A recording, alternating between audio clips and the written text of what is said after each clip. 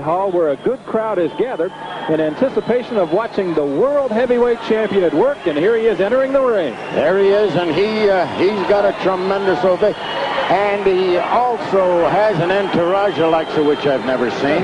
He is really surrounded by trainers, managers, security people, but both are in the ring, Dan, and this is what counts. There's Quick Tillis taking the normal bows, and we'll go up to the announcer now.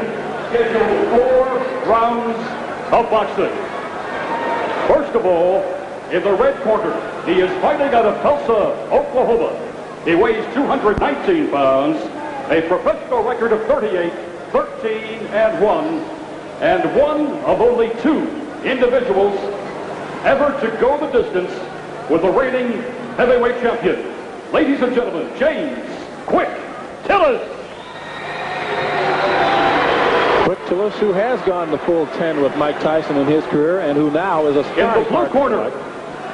And now the he champion. Is fighting out of Brooklyn, New York. He weighs 222 pounds.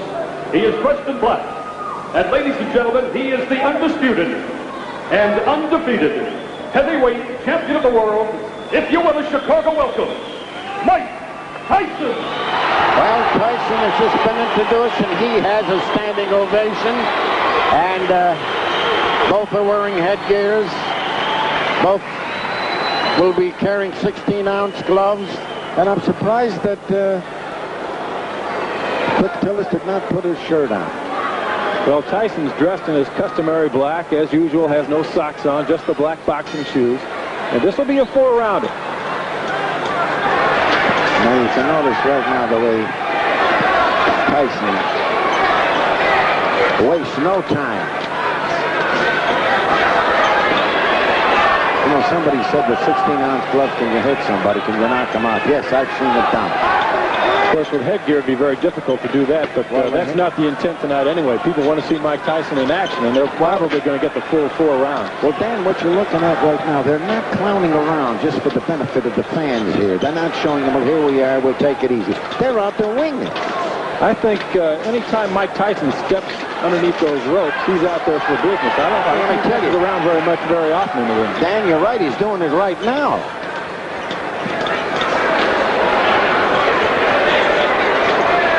Tyson in black, Tillis there on the right. First round action. You know, Tillis is saying this is where it all started for me. I want to make a big hit. I want to come back to Chicago as a headliner again. For a while, he was going great guns. Oh, he really was. It knocked out virtually everyone he fought and was undefeated when Mike Weaver beat him back in '81 out of the Rosemont Horizon.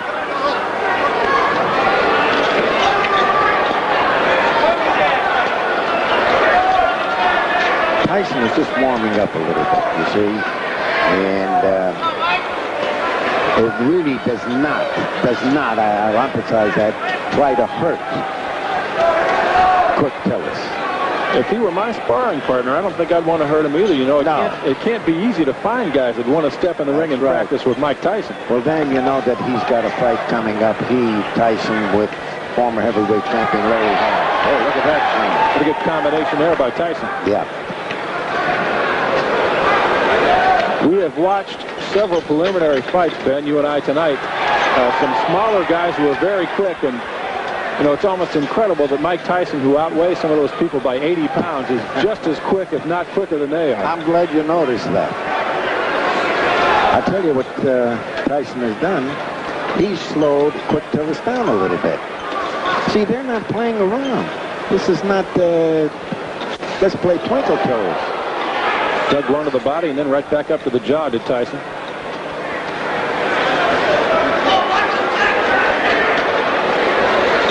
And when you look through the crowd and you watch all the folks, nobody's eyes are turned away from this. This is the first time that they've seen the Mike Tyson. And boy, they are eating it up.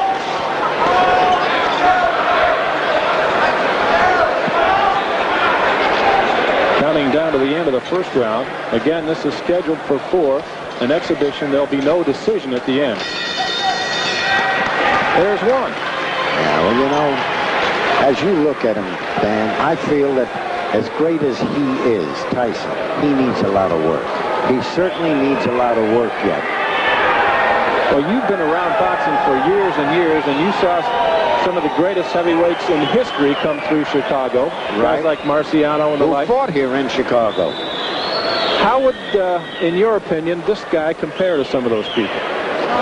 Well, I'll be very honest with you. I still think, as I said earlier, he needs a lot of work. I don't think he would have fared well with a Joe Louis. I don't think that Marciano would have had trouble with him. He's still got a long ways to go. Good fighter, real good fighter. Again, I say nobody around to challenge him, but I think that some of the other fighters that I had seen, the great heavyweights, he needs a lot of work yet.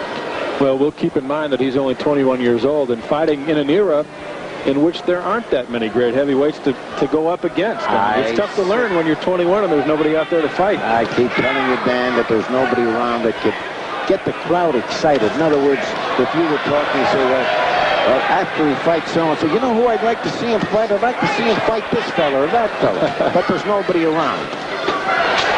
Well, he's got Larry Holmes coming up in January. And later on down the road, probably not until early '89, Michael Spinks, which is one that a lot of people are looking forward to. I hope that fight comes off. There seems to be a little controversy about that. Well, I think there's too much money to be made in that one for it not to happen sometime. Too much money. Tonight they're fighting their hearts out for just expenses. And they're not even paying that. I understand they paid their own way in. They're paying their own hotel. And incidentally, the officials here tonight are not getting paid. The referee, the announcer, and the judges.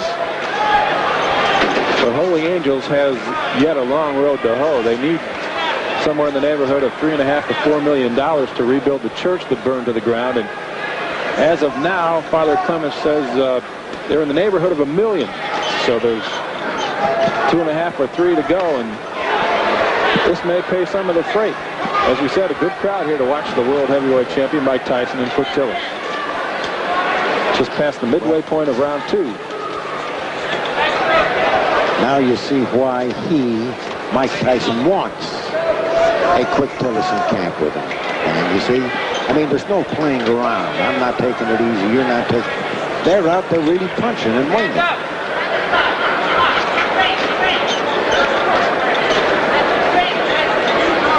There's the shuffle, the old Ali shuffle. Good body with 2 good right hands to the body. I hear it down here, Dan. There's the shuffle, the old Ali shuffle. Good body with 2 good right hands to the body. I hear it down here, Dan.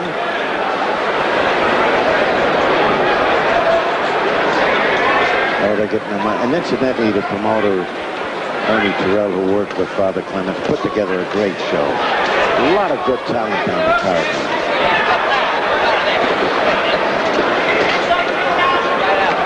We'll be seeing some more of that talent later on in the show. Craig Bojanowski will fight Al Houck, and we'll look forward to that one. It should be fun. Tyson with a good combination. Tyson's throwing most of the leather here, Ben. I don't think Tillis is getting off very well. Well, that's why he's the sparring partner, huh? I was just going to say. But I tell you, he's not leaning over the champion. He's not trying to stop from getting tired. And this is, for an exhibition, this is as good as you'll see anywhere. Mike Tyson, 21 years old, Brooklyn, New York, a troubled youth. And Ben, you know, or knew, I should say, Customato very well. Yes, I do. And their story is a very heartwarming one. Now, Tyson was headed for serious trouble. That's right. And Cuss pulled him out of it, turned him around, and I know, although he's not here now, he'd be very proud of the way Mike Tyson has turned out. You know, he had Floyd Patterson, and Floyd Patterson was a problem, too. And it was Cuss D'Amato, that took him out of I think a Williamsburg section in New York, and he too was running around with bad company, turned him into there was something about Cuss D'Amato that immediately gripped you. And Man wound up with 2 world champions.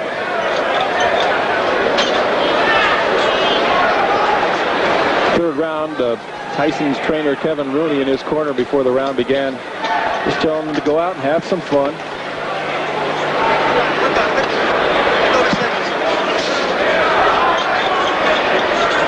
See what I enjoy about this, it's not patty cake. No, it really isn't. Boy, what a great thing it would be for Chicago to have him come here and fight when something was on the line. Oh. Well, I know the next fight is not coming here. It's scheduled for January, and he fights Larry Holmes.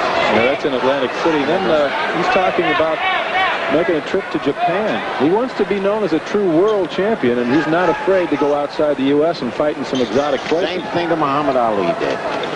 Hung his title on the line in many foreign countries. Manila, Zaire, there were so many places that Ali traveled to. And that's partially why he was such a beloved character. And he had a charisma that everybody loved. I mean, still today you hear that chant, Ali, Ali, you know. You see how big those gloves are? I spoke at the wrong time because Tyson hit him with the left hook. Tillis getting off a few punches too. Yes. They may be 16-ounce gloves, but they'll sting you. If I were James Tillis, I don't know if I'd want to hit Mike too hard. You know, you wouldn't want to.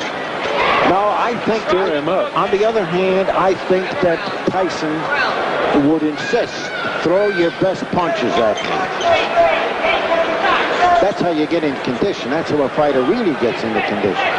No, January 22nd is not that far off.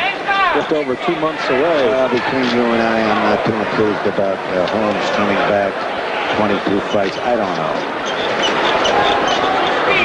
From what I've seen of Mike Tyson, I can't see Larry at 38 having much of a chance against him. Now, you notice how he's been avoiding and getting underneath the left hand of Tillis. Well, Tyson has proven that he's so... another good play. The left hand caught Tillis pretty flush there on the headgear. We're not playing around, Dan. He's not a big person. He can hook him outside, though, and he's devastating inside.